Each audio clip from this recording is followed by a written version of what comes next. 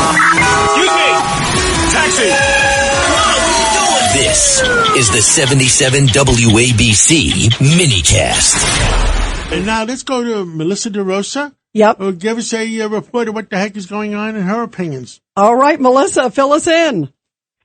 Hey, guys. Good to be back. Good to hear all of your voices. I mean, I don't know what's on my mind today is what was on the cover of the New York Post today, which is New York City's incoming first socialist grocery store. Oh, They made the cover. My God. it's a cover story. It's a cover story, and I don't know how much your listeners know about this, but apparently when the Democratic Socialists of America, Zoran Mamdani and his comrades say free, what they really mean is $30 million to build one store on land the city already owns.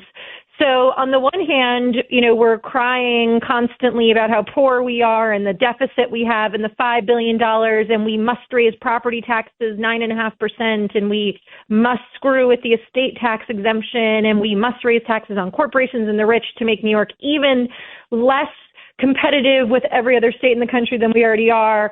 But now we somehow have $30 million to build a socialist grocery store in Harlem.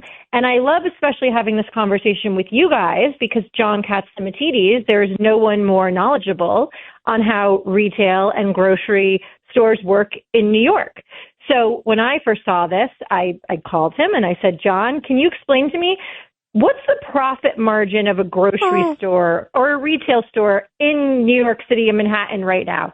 And he told me, it is basically operating at losses, 1% to 2%, specifically because of, in addition to being the most expensive place to function, you also have congestion pricing on top of it.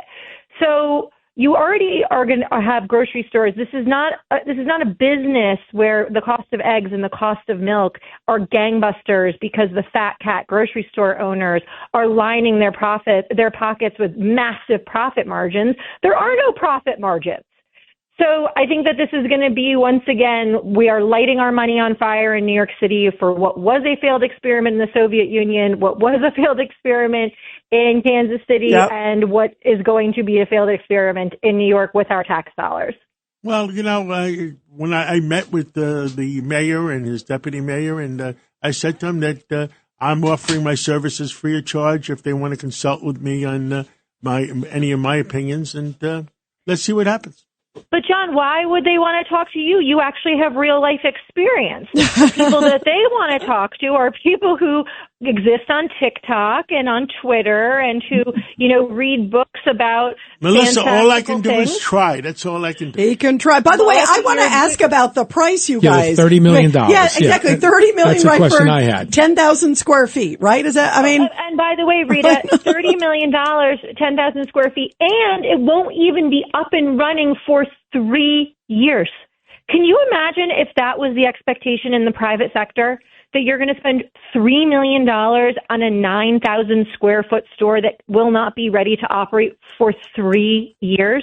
30 million. An average size of a Gristedes is how many square feet, John? 10,000 square feet. So your grocery store is bigger than the grocery store the tax dollars are going to pay for $30 million in Harlem. What won't be ready for 3 years. Wow. So wow. That's what we should all be thinking about today, because at the end of the day, my friends, you get the government you deserve. And as Ed Koch once famously said, the people have spoken and now they must be punished. By the way, I want to repeat what, John, because you said this on Fox News. You had a great line that you could charge lower prices if you had no rent. Well, I mean, they're not going to charge rent to the store. Right, because they own it. Right, they own it. And right. I said on Fox News that if I wasn't paying rent, I'll drop my prices 20% tomorrow morning. Yeah, I think anybody would. Also, John, though, they're not going to pay rent, but they are spending $30 million on capital. Right. Yeah. Exactly. And whose money is that? I think they better talk to me to find out what the heck is going on. Yeah, they need to be calling you, John. Who's the beneficiary of that $30 million? Listen to me, I would always be honest with them. It's one thing I am. I think the 34-year-old and his comrades at City Hall are showing their age, and all of us are going to pay the price. But, you know, hopefully they'll take you up on getting your advice, John. Craig Eaton has an opinion over there. You know, Melissa, I'm an attorney here in New York. I do a lot of real estate deals and lease deals and construction deals. And if you just look at the $500 a square foot, which is a high end, and they're building 10,000 or 9,000 square feet, You're looking at $5 million. Where is the rest of the money going to? We know where it's coming from. It's coming out of our pocket, but where is it going to? It's a really good question. And on top of it, they say that they're going to pay, these are going to be unionized workers. They're going to pay top rate for the hourly costs. They're going to have benefits. And, this is the other big asterisk that came out today. The only foods that are going to be sold at a lower price are going to be a handful of staples. I saw that. I saw that. So what happens with the rest? That everything is going to be cheaper. It's just going to be milk and bread and eggs. And I guarantee you, if we ever get to 2029, given the trajectory this world is on, if we get there and this grocery store ever opens, I guarantee you it's going to be cheaper by like 5 cents.